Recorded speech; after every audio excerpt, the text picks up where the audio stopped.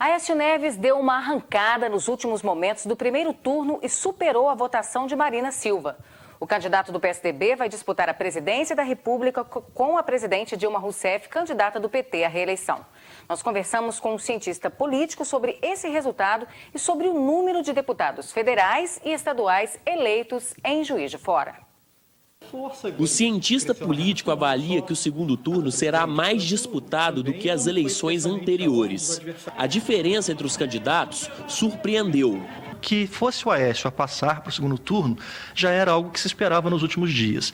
Talvez o que tenha sido um pouco surpreendente é a extensão deste crescimento do Aécio, ou seja, ele inclusive pontuou na urna mais do que indicavam as pesquisas de boca de urna, o que sugere que ele tem uma tendência de alta que certamente diminuiu a expectativa da vantagem que a Dilma teria sobre o segundo colocado, dadas as expectativas de alguns dias atrás. Muito provavelmente será um segundo turno muito agressivo, talvez o mais agressivo desde 1989. Para o cientista político, os eleitores de Marina são uma camada diversificada, em grande parte impulsionada pela onda de popularidade da candidata após a morte de Eduardo Campos. Talvez ela tenha sido a principal beneficiária do junho de 2013, das grandes manifestações, uma fatia do voto evangélico e uma certa fatia do voto de comoção. Logo depois da morte do Eduardo Campos, ela surfou numa onda de popularidade que ninguém sabia exatamente quanto tempo ia perdurar. Na prática, se demonstrou que depois de algumas semanas de crítica, tanto do PT quanto do PSDB a ela, e de alguns erros estratégicos, mudança no programa, de alguns deslizes, certamente aquele voto se mostrou menos sólido, muito mais volátil do que os votos da Dilma e do que os votos do Aécio, o que implica que a onda rebateu e chegou antes do tempo ao seu final. O cientista explicou parte do contexto da disputa entre Aécio e Dilma.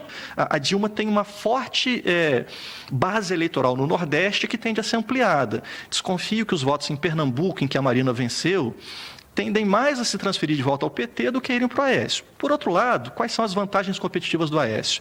Ele tem um partido que está vislumbrando pela primeira vez em 12 anos a chance real de vitória, ele tem uma base eleitoral muito concentrada no Sul e Sudeste, sobretudo São Paulo, e há uma possibilidade efetiva de que a candidatura, parecendo competitiva, agregue esses segmentos antipetistas que também não são nada desprezíveis do ponto de vista quantitativo. Juiz de Fora elegeu 5 deputados federais e 3 estaduais. Paulo Roberto reforça que mais importante do que o número de candidatos eleitos pela cidade é a qualidade da representação, o acompanhamento e a cobrança pelos eleitores. Me parece haver uma redução talvez exagerada nesse momento de campanha da suposição de que deputados são vereadores federais ou vereadores estaduais.